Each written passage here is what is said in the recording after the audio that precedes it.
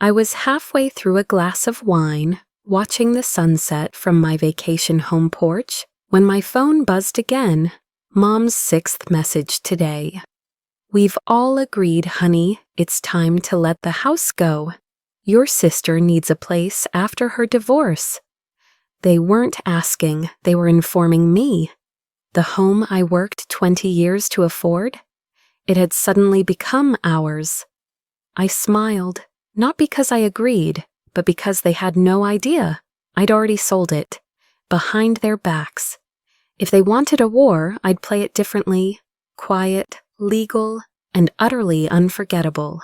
I left the city just after dusk, headlights carving through the quiet mountain roads, as if I could outrun the echo of my mother's voice. "Honey, don't overthink it. We just want what's best for everyone." That everyone never really seemed to include me. The way she said it, soft, even sweet, was worse than if she had screamed. I could handle anger. I couldn't handle being erased behind polite manipulation. By the time I pulled up to my vacation home, the sky had turned black, save for a scattering of stars. The porch light flicked on automatically. I parked, killed the engine, and sat in silence for a long moment, gripping the steering wheel like it could anchor me to a life that still felt like mine. This house wasn't just a second property, it was a finish line. My name on that deed had cost me a decade of working double shifts, postponing travel, skipping holidays, and saying no to every personal indulgence while saying yes to every family need. I paid Mom's medical bills when insurance wouldn't. I covered my niece's tuition when my sister's ex disappeared. I bankrolled my sister's wedding even though she called me too career-obsessed in her toast. "Because you're the successful one," they always said, not as a compliment, as a contract. I stepped inside, dropped my bag, and headed straight to the back deck. The cold mountain air bit at my skin. Still, I stayed there, needing to breathe something real. Not guilt, not obligation, just oxygen. My phone buzzed again. Another message, this one from my sister. "Hey, heard Mom talk to you. Hope you're cool with everything. The condo we're looking at is perfect. We'll make it a family space, promise." We? The implication was as casual as it was terrifying. I wasn't being consulted. I was being notified. I opened my laptop, intending to write it all down before it slipped into denial. But instead, a strange pop-up blinked on the screen. Device mirrored, session active. I froze. I clicked deeper. A remote access program I'd never installed. My breath hitched. Someone had been watching my screen, logging my keystrokes, taking snapshots. Who? I checked the last access point, my mother's home Wi-Fi. My heart pounded as I slammed the laptop shut. I grabbed my phone, opened the message thread with Mom, and scrolled back. Weeks of casual check-ins, questions about my schedule, my bank. Had she been tracking me? Or worse, had she asked someone else to do it? I didn't sleep that night. I curled up on the couch, blanket over my shoulders, staring at the ceiling, replaying every moment I'd brushed off as family being family. The next morning, I walked to the mailbox at the end of the driveway. Bills, coupons, and a thick envelope addressed to me, but sent from my mother's return address. Inside was a letter from the bank, a property valuation request for this house. Except I hadn't asked for one. I flipped through it, noting the signature line blank. But faint smudges lingered. I held the paper up to the light. A partial fingerprint. Too faint to be definitive. Still, it felt like a mark of possession. A silent claim. They weren't waiting for me to agree. They were building the plan without me. Later that afternoon, I found a letter tucked inside a drawer, one I'd written at 12, a journal entry. The handwriting awkward and slanted, the words painfully honest. Mom says I'm selfish because I don't want to give Jenny my red sweater, but it was Grandma's gift to me. I said no, and now she's not talking to me. Maybe if I give it to her, she'll love me more. I folded it gently, hands trembling. I hadn't just been manipulated, I'd been conditioned to give, to yield, to disappear. I was never the successful one because they believed in me. I was the utility, the asset, the person who fixed what others broke, paid what others owed, and stayed quiet while others demanded. I stood by the window, staring out at the trees swaying gently in the wind. This house had been my sanctuary, but I was beginning to see it through their eyes, not as a retreat, but as a resource, a thing to claim. That night, I went into the home office to begin clearing files. As I reached for a drawer, an envelope slipped out. It was sealed, thick, and stamped with the name of a real estate appraiser. Confused, I opened it. Inside, a formal valuation of the property. The estimate was generous. The mailing address, my mother's, the requester's name, my sister. She had ordered a professional appraisal of my home, sent from my own address, using my name. There was no mistaking the faint scent of her perfume on the envelope. I sat down slowly, heart hollowing out. They hadn't just crossed a line. They'd built a roadmap for the heist, and I had just discovered it. The family dinner had been set up in a rush, just 3 days' notice, which was rare considering how hard it was to get everyone in one room without passive-aggressive calendar wars. Still, I agreed. I needed to see their faces, needed to watch them lie to mine. We met at my mother's house, neutral ground, supposedly. The table was set like a holiday, wine glasses, linen napkins, candles, but the atmosphere was anything but celebratory. The moment I stepped in, I could feel the temperature drop. Mom gave me a quick hug, her voice coated in sweet urgency. I have good news for the whole family. Good news, that's what she called it. Jenny, my sister, leaned in with a whisper, meant to sound supportive. Mom said you're on board. Thank you, really. It'll mean a lot. I didn't answer. We sat. Mom cleared her throat, hands clasped like a therapist about to deliver a hard truth. So, we've been talking, and we really believe this is best for everyone. I looked around. Jenny stared at her nails. My husband, Aaron, was conveniently silent, swirling his wine. Mom continued, "You barely use the vacation home anymore, and Jenny's going through so much with the divorce. Starting over isn't easy." "I just need a fresh start," Jenny added, voice tremulous. "A place I can rebuild. And your house, it's perfect. It's always felt like part of the family anyway." The room went quiet, the kind of silence where everyone's waiting for you to make the noise that justifies their guilt. Aaron spoke next, carefully, like he was reading from a script. "You've been so generous with your family. I think this could be a way to help Jenny without it feeling like a handout."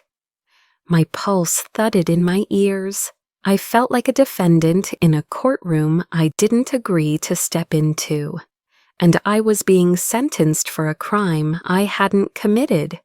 I smiled, nodded slowly. "I understand." Relief flooded the room like cheap perfume. "But," I added, "if we're doing this the right way, I'd like to record the conversation, just for clarity." Nobody argued. Mom even laughed. "Of course, dear, full transparency." So I placed my phone on the table, hit record, and played the role I was born into, Compliant, cooperative, quiet. After dinner, I drove straight home. Before I even changed clothes, I opened my email.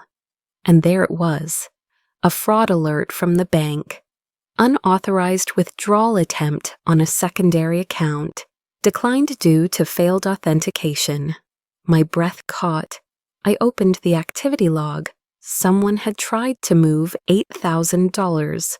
From an account tied to the LLC, I used to purchase the vacation home. The account I hadn't told anyone about. How would they even know it existed? I traced the IP address. The attempt came from my mother's neighborhood. I didn't cry. I didn't scream. I took notes. I pulled up everything. Mortgage records, property titles, LLC docs. And then I searched for any open financial inquiries in my name. One popped up. A denied loan application, requested by Jenny. She'd tried to buy a condo using my name as a co-signer. The form had been digitally signed with my name, but the signature wasn't mine. The application was denied, flagged for verification, but the attempt had been made. I scrolled down to see the attached note Jenny had submitted. This is my sister. She's helping me get back on my feet. No phone call, no request, just an assumption that my name was hers to use. I leaned back, phone in hand. It buzzed, a text from Mom. Keep Aaron close. Don't let him overthink this. We're almost there. I stared at the screen, read it again and again. The words weren't for me. They were meant for Aaron. My fingers trembled. I forwarded the message to myself, screenshot everything. I closed my laptop, pacing the room like a caged thing. My hands couldn't stop moving. My mind couldn't stay still. Every memory, the birthdays I funded, the family emergencies I solved, the times I stepped in, stepped up, suddenly felt like bricks stacked on my chest. I needed air. I walked down to the park 2 blocks away, just to move, to think. That's when I saw her, Sarah from college. We hadn't talked in years, but she waved, surprised, and then hugged me like no time had passed. You look tense, she said. You okay? I almost laughed. Family stuff. Her face darkened. Jenny? I blinked. You know her. She dated my ex briefly. Tried to get me blacklisted from the grad fellowship after I got in and she didn't. I was stunned. She told people you only got where you are because of your looks. Said you had money, but no one really liked you. I stared at her. She said that? Sarah nodded. I thought you knew. I didn't. But suddenly everything clicked. Jenny didn't just want my house. She wanted my life. I wasn't going to fight them for my own house. I was going to make sure it was gone before they could take it. First, I contacted Lisa, my oldest friend, and, more importantly now, a lawyer based in Oregon. We hadn't talked in months, but when I told her the basics, she didn't hesitate. You want to transfer the house into a new LLC based in Oregon with you off the public-facing records? Exactly. Lisa didn't ask why. She just got to work. We drafted the paperwork, moved the deed under a new entity she helped establish. Legally clean, fully traceable if you had the right permissions. Publicly invisible if you didn't. The LLC would hold ownership. Lisa's firm would hold management. I'd retain total control from behind the curtain. In their eyes, nothing had changed. Next came the sale. Discreetly, Lisa reached out to a network of buyers. We found one, a woman looking for a quiet, mountain property to convert into a boutique retreat. She was willing to pay above market in cash and respected the clause. No signage, no publicity, no questions. The sale would close in less than 3 weeks, But I needed more than legal separation. I needed proof of their intent, of their collusion, of how far they were willing to go. So I installed 2 hidden cameras in the house, one in the living room lamp, another under the kitchen counter. Within 5 days, they gave me more than I expected. Mom and Jenny came by to check on the place, as they told me. I wasn't home, but the cameras were. I watched the footage later that night. Jenny: "If she doesn't sign, we just need her handwriting. Mom, Aaron said he has some old cards from her. We'll practice." Jenny laughed. "She won't even notice. She's too busy being the saint of the family." Mom poured herself wine. "She's not a saint. She's a resource." That word again. I paused the video, staring at the screen. Aaron, my husband. I hadn't wanted to believe it. I'd excused his silence, his neutrality. But he hadn't been neutral. He'd been supplying them with ammunition. And I was done pretending. That night, I opened every joint account, every shared document, every financial tether between us.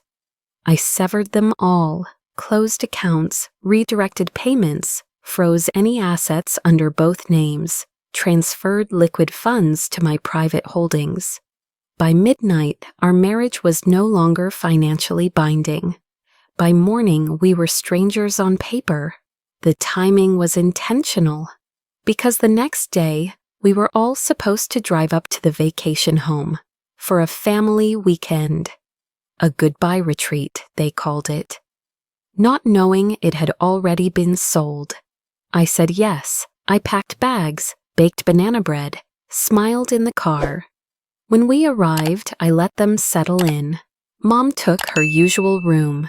Jenny claimed the master suite, calling it her future meditation space. I played along, I cooked, I laughed, I poured wine. I took selfies with Jenny for her social media captions about healing in the mountains. Every night, I watched the stars from the deck, counting down the days. 3, 2, 1. On the last night, after dinner, I saw Mom rummaging through her purse. She pulled out a manila folder, walked over, and sat beside me by the fireplace. She handed it over like it was a birthday card. "This is just a formality," she said gently. "It's the deed transfer. Jenny can't apply for the loan until we have this. I filled out most of it for you." I opened the folder, skimmed the document. At the bottom, a highlighted signature line. Heather Monroe. No mention of the LLC. No acknowledgement of the sale. Just a quiet, confident assumption that I would surrender. She reached for a pen. "Just sign, sweetheart. I'll take care of everything else."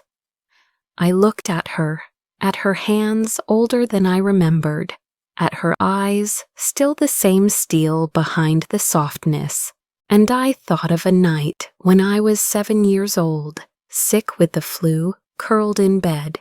She had sat by my side, humming, stroking my hair.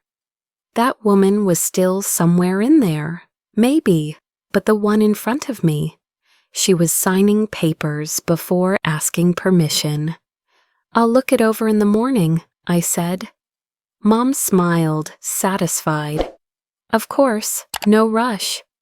But there was a rush, because in less than 48 hours, the house would belong to someone else. They didn't know, but they were about to. Morning came with the scent of burnt toast and cheap coffee. Jenny was already dressed, standing by the window like she owned the place. Mom hummed in the kitchen, her mood light, almost celebratory. They thought today would mark the beginning of their new chapter. They thought they had won. I dressed slowly, deliberately, folded my nightclothes, zipped my bag, slipped the folder of documents into my tote. At breakfast, I poured orange juice into 3 glasses, took a sip, then set my glass down with a quiet, almost theatrical calm. "There's something I want to say," I began. Jenny didn't even look up. "Can it wait? The realtor wants to do a walkthrough this week. We need to clean up before—" "It's already sold," I said. Everything stopped. Mom turned. "What?" "The house," I said. "It's gone, transferred, closed." Jenny frowned. "That's not possible. You didn't even sign the—" "I didn't need to. I sold it 3 weeks ago. Through an LLC, the papers are legal, final, irrevocable." I reached into my bag and laid out the sale agreement, the deed transfer, and the wire confirmation. I let the silence fill the room like smoke. Mom looked pale. You're joking." "No," I said. "I'm done being the joke." Jenny's hands trembled. "This was our home. You betrayed us." "No," I replied. "You assumed I wouldn't notice while you forged my signature and used my name to apply for loans. You planned a heist and got mad when the vault was already empty." Mom sank into a chair. Her breath turned shallow. Her skin lost color. She looked up, eyes glassy. Who would even buy it? That's when I dropped the final card.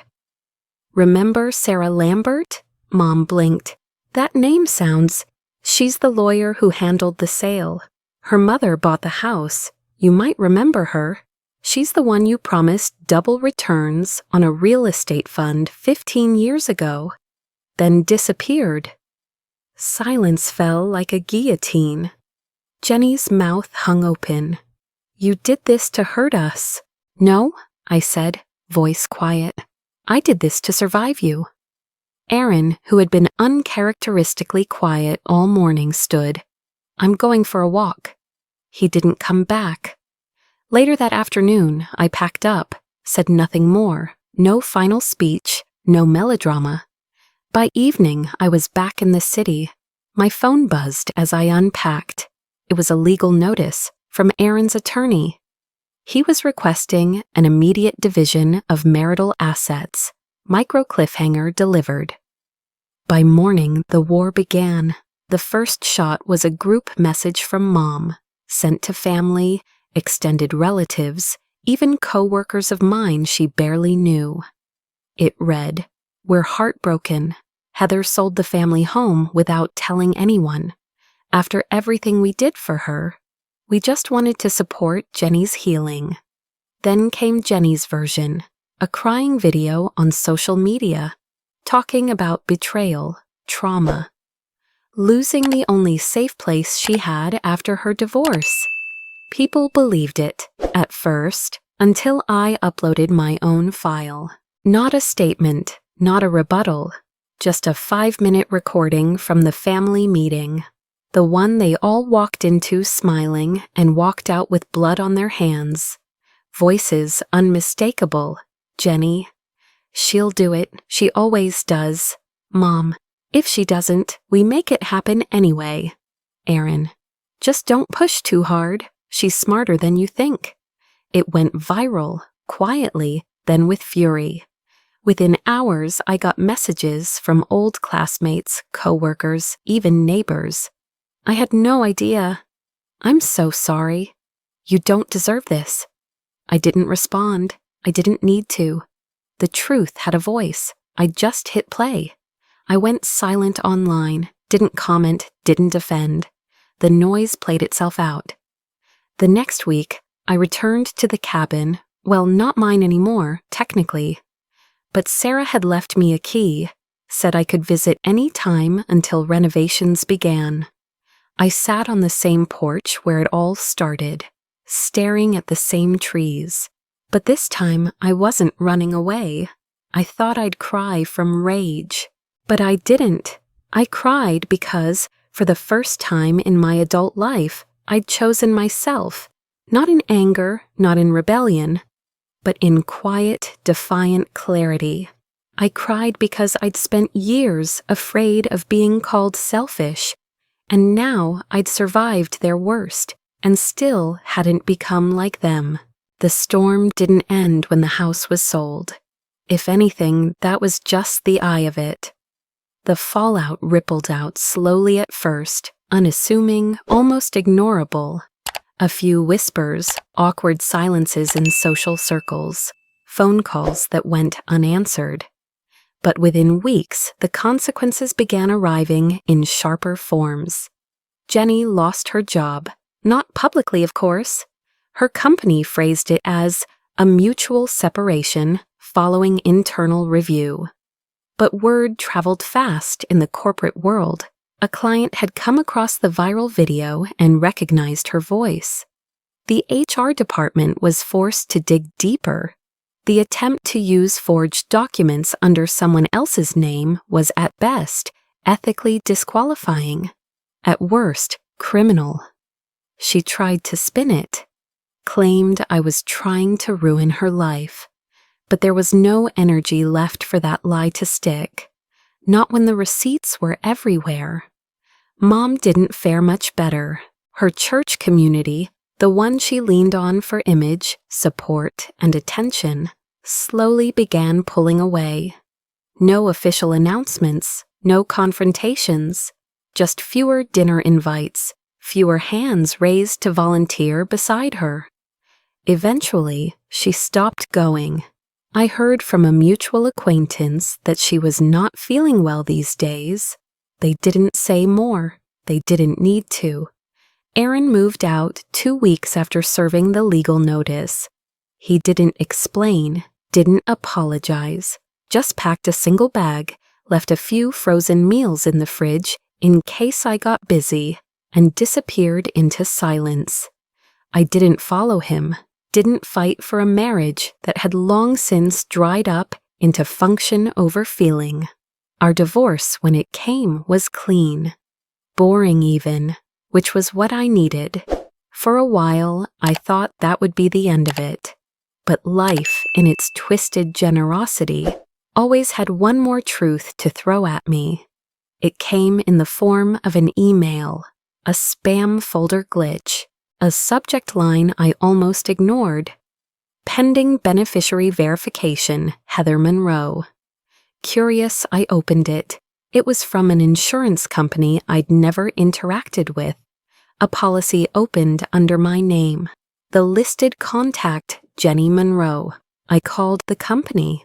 At first, they refused to share details, until I verified the last 4 digits of a social security number. Not mine, but just one number off. Someone had used a falsified identity, close enough to fool the system, distant enough to keep it hidden. A life insurance policy had been opened in my name. Jenny was listed as the primary beneficiary. It wasn't recent. It had been sitting quietly for over a year. I hung up, heart pounding. I filed a report, sent the findings to my lawyer, closed every loophole, locked every gate. It wasn't about believing she'd actually do something dangerous. It was about understanding just how far she was willing to go to own me, even in death. And that's when the grief arrived. Not the grief for lost property or broken trust. Grief for the truth. That my family had never protected me. They had simply used me, wrapped in ribbons of tradition and guilt. And I had let them. Thanksgiving came. The first one without a full table or burnt rolls, or the sound of Mom yelling at Jenny to stop picking the marshmallows off the sweet potatoes. I stayed home, made myself a small plate, turkey, cranberry, too much stuffing. I lit a candle, not for them, but for the girl I used to be, the one who tried so hard to earn love that should have been given freely. I wasn't alone, not really. I got texts from Lisa, from Sarah, from a few colleagues who had slowly become more like chosen family. I watched old movies, fell asleep with a book on my chest. It didn't hurt the way I thought it would. December came colder than usual. I found a small tree, dragged it up the stairs by myself, and decorated it with mismatched ornaments I'd collected over the years. Some were from Mom. I didn't throw them out. I didn't need to. They didn't hold power anymore. I wrapped a single gift and placed it under the tree. A necklace I bought for myself, not because I needed jewelry, but because I'd never once in my adult life bought something for myself without thinking of how it would affect someone else's opinion. I wrote my name on the tag, to Heather. Love, Heather. Christmas Eve, I poured a glass of wine and sat in the quiet. No carols, no noise, and I cried, not out of sadness, not exactly, but out of release. Because for the first time, I didn't feel like I owed anyone anything. That night, before bed, I wrote a letter to my mother. I didn't say I forgave her. I didn't beg for closure. I didn't ask for answers. I simply wrote, I hope you find peace, but I won't be part of your journey anymore. I didn't expect a response. I didn't need one. A week later, I got an email from Sarah. Hey, she wrote, I've started working with a support group, Women Like Us, survivors of family manipulation. They're looking for someone to lead financial boundaries workshops. You'd be perfect. I stared at the screen for a long time. For the first time, the path forward didn't look like escape. It looked like purpose. I didn't expect the blog to go viral. It started as a quiet experiment, an anonymous space where I could spill what I couldn't say out loud. I called it Inheritance of Silence. The name felt appropriate. For years, that's what I inherited. Unspoken debts, invisible wounds, obligations disguised as love. I wrote at night, usually after tea and before sleep. Stories poured out of me, not just about the house, but about growing up second, becoming the designated fixer, the daughter who asked for less, so others could have more. I didn't name names, I didn't need to. Women found themselves in every paragraph. Within weeks, I had thousands of readers. Emails filled my inbox. Some were heartbreakingly similar. Sisters who'd been erased, mothers who turned affection into currency, husbands who stood on the wrong side of the battle line. Others were more raw, people who hadn't left yet, who were still drowning, asking if I regretted choosing myself. I told them the truth. Every damn day I regret not doing it sooner. With the momentum, I reached out to Lisa and Sarah. We met over Zoom, then over lunch, then again in person, with others they'd introduced.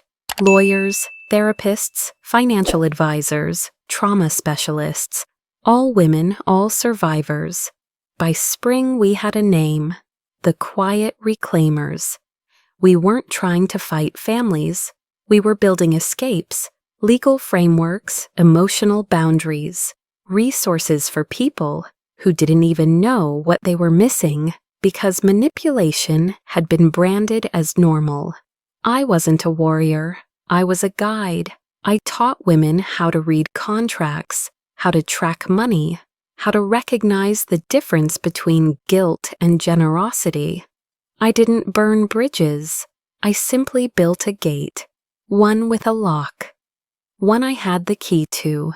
And no one, not my mother, not my sister, not the man who once promised to love me, would walk through it again. One morning, while leading a seminar on financial autonomy, a woman asked, "How do you forgive them?" I paused. "I don't," I said, "but I don't feed the anger anymore, either. Forgiveness isn't required for healing. Boundaries are." She nodded, tearful. That was the moment I realized I wasn't just surviving. I was shaping something that could last. By summer, I began house hunting, not for escape, not for reward, for home. I found it 2 hours from the coast, a small blue cottage with chipped paint, wild hydrangeas, and windows that let the morning pour in like gold. It wasn't glamorous, but it was mine. No shared names, no hidden agendas, no ghosts of generosity turned weapon. Just a deed, signed once, sealed tight. I painted the door myself, sage green, the color of growth. I hosted a small dinner weeks after moving in, just 4 people. Lisa, Sarah, a neighbor who brought over blueberry pie on my first day, and a barista I'd chatted with for months who had once said, "You're the first customer who makes me feel safe." We ate on the back porch under string lights, music humming soft in the background. They didn't ask me for anything. They didn't tell stories that ended with, "You should have." They didn't make me feel like I needed to earn my seat. I looked around the table and realized no one here thinks of me as a wallet. No one here calls me the strong one and means the one we can exploit. They just see me. On the first morning of fall, I sat on the porch with coffee in one hand and silence in the other. No phone buzzing, no demands. No guilt dripping from the corners of memory. I thought about writing a final blog post, one that closed the loop. Instead, I wrote 3 words on the back of a receipt and stuck it on the fridge. I am enough. The old me would have scoffed, would have asked, enough for who? But the new me didn't need an audience. She didn't need a mirror. She just needed a place to be. A week later, I got a message from a woman in the Quiet Reclaimers. She'd been quiet, observant, rarely spoke during meetings, but this message was different. "Heather," she wrote, "I just bought my own home. No one else's name on it. I would have never believed I could do that until I heard your story." That night, I walked barefoot through every room of my cottage, light trailing behind me. This wasn't a victory lap. This was proof. I had survived a family who believed my worth was measured in sacrifice. I had survived a marriage built on quiet betrayals. I had sold the house they tried to steal and built a life they couldn't touch. And still, I hadn't turned bitter. I hadn't burned. I had simply stopped giving things that were never theirs to take. Not my peace, not my love, not my name, not any more. I didn't live to take revenge. I lived so no one would ever again take anything from me. Especially not my trust.